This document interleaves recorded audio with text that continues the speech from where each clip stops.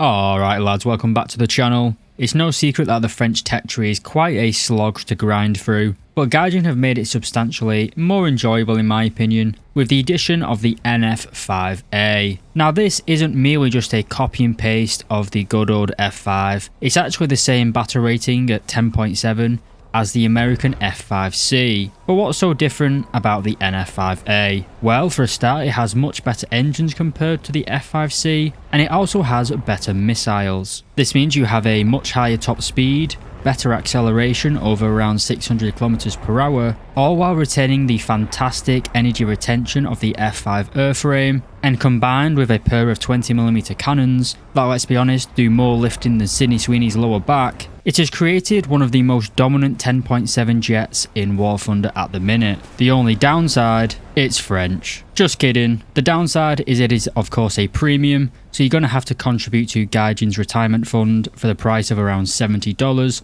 or 60 British pounds. For that price you get the plane, 20 days of premium time, and 2,500 Golden Eagles. This is obviously quite a hefty investment, and for full transparency, I did get this jet from Gaijin for free as a test drive, so I haven't personally contributed any money towards it. But that being said, as we'll see from this review, the plane is very pleasant to play, you get fun games in it, and you get very good results as well. And let's be honest lads, the biggest bonus is that I no longer have to play the Milan or the Mirage F1C, because those things are a heap of shite. So let's start with what makes this jet so good. Well, like all the other F5 models, we are armed with the 20mm M39A3 cannons. These have an incredibly high rate of fire as well as muzzle velocity, making them incredibly easy to aim, even out to ranges of around 1 km. The ammunition belts are also very potent, with an air target and armoured target belt, each containing a mix between high explosive and armour piercing, being able to penetrate a maximum of 39mm of armour. The reason I mention this is because quite a lot of your opponents are going to be the slow flying SU-25s, SU-39s, A-10As, that sort of thing where they've got a little bit more armour protection compared to your average jet fighter. But this isn't a problem in this jet because those cannons just rip them apart with ease. But what are some of the differences between the F5C and the American tech tree and this premium jet? Well, the first thing is going to be your IR missiles. The F5C comes equipped with two AIM-9Es, which are basically just uncaged AIM-9Bs, but this French jet comes with the AIM-9N. Now, I know that the N comes after the M in the alphabet, so you may be thinking that these are very advanced air-to-air missiles, but sadly they are not. The AIM-9N is basically just an export version of the AIM-9J, so it's kind of a mediocre missile, but remember, this is the same battle rating of the F5C with a better missile basically, so again,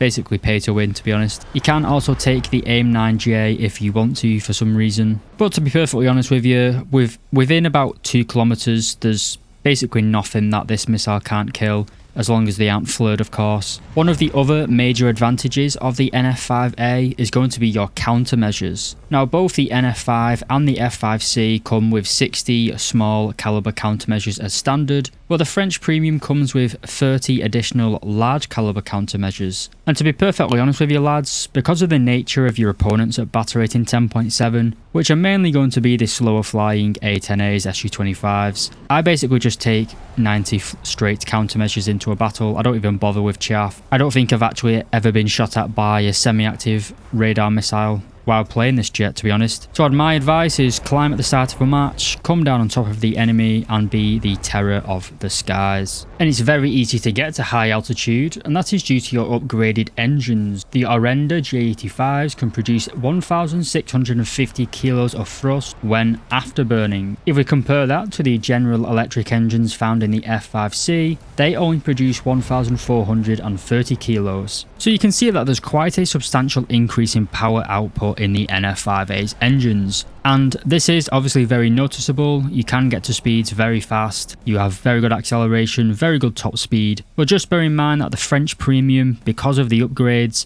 it is quite a bit heavier than the F5C. Now what this means in practice or in game if you're going to buy this jet, it means that your low speed turn fighting isn't particularly good. It's like the 2025 Red Bull car, it's just kind of shit at slow speed corners. This means you'll lose a rate fight to pretty much anything other than like a flying brick, like even an A10 will outturn you for most speeds. But anyway, you don't want to be going slow in any F5. You want to be keeping your speed above 600, staying fast, staying nimble. You can basically run away from anything that basically tries to fight with you. Basically, the only thing you can't outrun is going to be the F104s, the F111s, or the MiG-21s. But in those cases, you usually can get them to overshoot or at least try to turn fight them. Just try and keep your speed above 600 because you just start falling out of the sky or below those speeds. But the majority of the comments I have for this jet are pretty overwhelmingly positive, but there are a few downsides that I've found. Like all of the lower level F5s, the NF5A does lack a CCIP, meaning your bombs, rockets and cannons are going to be, well, they're going to depend on your accuracy, which for me personally leads to bombs going anywhere other than the target, but for you, maybe you're a better shot. But for me, a lack of a CCIP does limit my ground strike capability. The other downside is going to be the lack of diversity of ground strike options. Many of the F5s in the game get at least access to bullpups, which are a somewhat advanced air-to-ground munition, but the NF5A only gets access to napalm, bombs and dumbfire rockets. And as I said, without a CCIP, your rockets and bombs are kind of at the mercy of your cursor, which again for me usually leads to being quite embarrassed and missing the target. And to be fair, this criticism can be negated by simply saying, well, I'm not going to ground strike, other than at the end of the game when I'm going to shoot some AA. But I'm not really going to be carrying any bombs, and fair enough, that's absolutely fine. But just understand if you're a newer player to War Thunder and you're not really that proficient in air-to-air fighting, you are going to be quite limited when it comes to fighter bombing or ground strike. That's the only thing you got to bear in mind if you are a newer player. But if you're a fairly advanced player, then this is going to be a fantastic grinder for the French tech tree. As usual, case in point, if you don't want to grind the French tech tree, this is obviously not worth the money whatsoever. But if you do want to get the Rafale, you do want to get that cheeky F-16 AM, maybe even a Mirage 2000D, then this is by far the best choice for grinding out the French tech tree at the minute. If it gets increased in battle rating to 11.0, probably not. Just going to future-proof the video there. At 10.7 is an absolute monster. At 12.0, it could see some absolute giant killers basically. But overall for this jet, it's got two fantastic guns, it's got a great airframe, great engines. Most of the people you're going to be fighting are going to be rather slower ground attackers, as well as quite heavy airframes like F4s. So to be honest, other than the lack of ground strike options and maybe the rather poor slow speed maneuverability, slow speed dogfighting, there's not really that many downsides to this jet, of course, other than the $70 price tag. Anyway lads, I can't tell you how to spend your money.